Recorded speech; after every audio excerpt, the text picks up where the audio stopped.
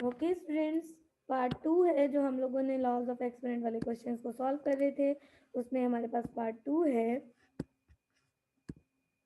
1/2 raise to power 3 multiply by 2/1 raise to power 2। इसकी power में 2 है और इसकी पावर में क्या है 3। तो देखें, सबसे पहले जब हम इसकी सोल्यूशन करेंगे, सबसे पहले हमें क्या करना पड़ेगा बच्चों।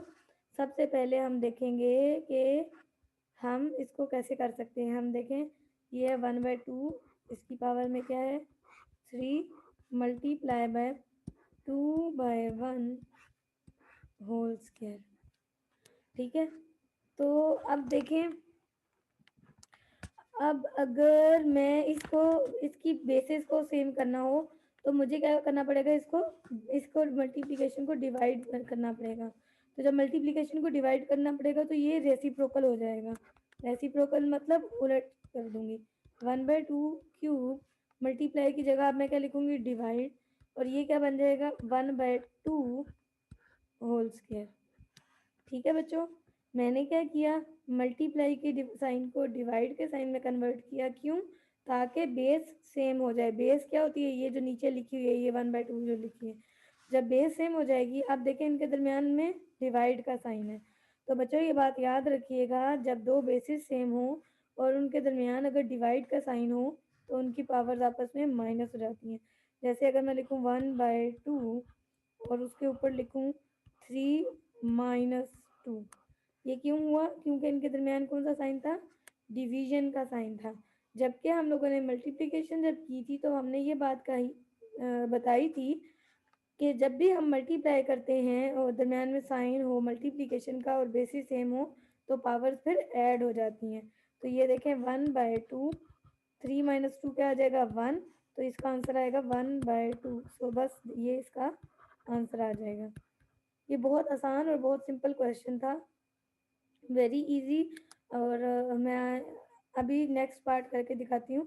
पार्ट 3 है आपके पास, क्वेश्चन नंबर 3 है जो मैंने आपको होमवर्क दिया था, वो है -2/3 whole square, -2/3 whole square raise to power 3। So बच्चों ये हमारे पास है थर्ड क्वेश्चन, अभी हम इसको सॉल्व करेंगे।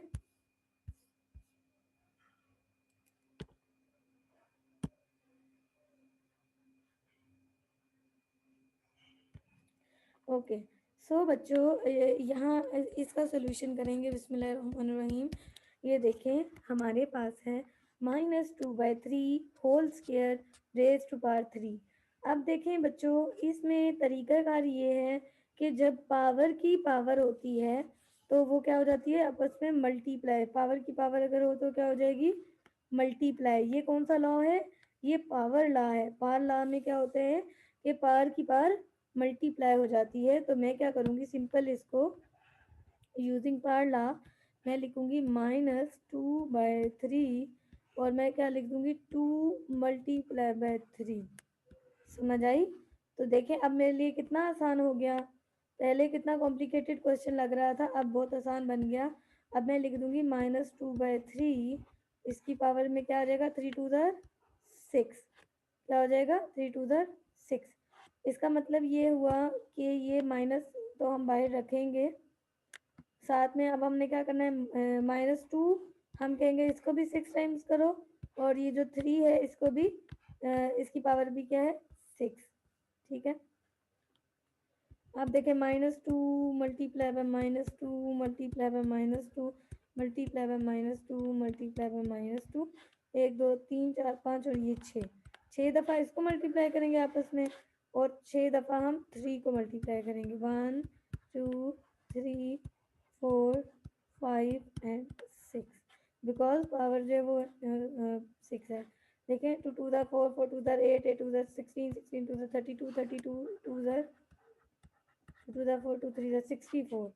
तो अब देखें minus minus plus, plus minus minus, minus minus plus, plus minus minus, minus minus plus, आखिरकार ये प्लस बन जाएगी। और अगर हम -3 भी लेते हैं तो वो ये देखें 3 3 3 द 9 9 3 द 27 27 3 द, मैं कैलकुलेटर पे कर लेती हूँ ताकि हमारे पास टाइम सेव हो जाए।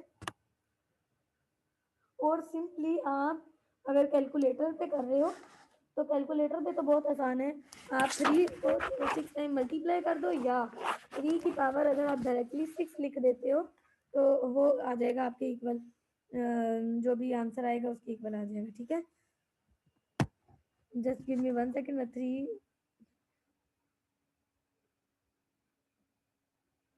यस।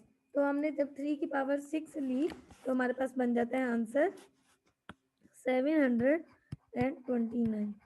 ठीक है, अब बच्चों जो आपके पास आंसर आएगा, आपने कोशिश ये करनी है कि इस आंसर को थोड़ा सा सिंप्लीफाई कर दें।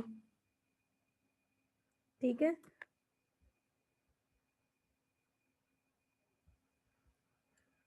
अब चूंकि कोई ऐसा डायरेक्टली नंबर तो है नहीं जिससे हम इसको सिंप्लीफाई कर सकते हैं, ना ये 2 के टेबल में आ रहा है, ना ये 3 के टेबल में आ रहा है, तो हम इसको फिलहाल इसी तरह ही रख देते हैं, क्योंकि ऐसा कोई खास नंबर नहीं है जिस हमें छोटा नंबर जो जिससे ये पता चल जाए कि ये दोनों एक ही टेबल में आ रहे हैं।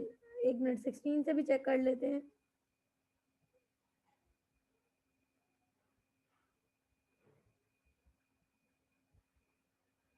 नो, ये नहीं आ रहा, तो बस हम इसको कह देंगे आंसर। एटलीस्ट 2 3 4 5 6 7 इनसे करके देख लीजिएगा, अगर तो सिंप्लीफाई करने के बाद आंसर आ जाता है तो इसका मतलब ये है, यस 9 से करने से आ रहा है, 9 के टेबल में 64,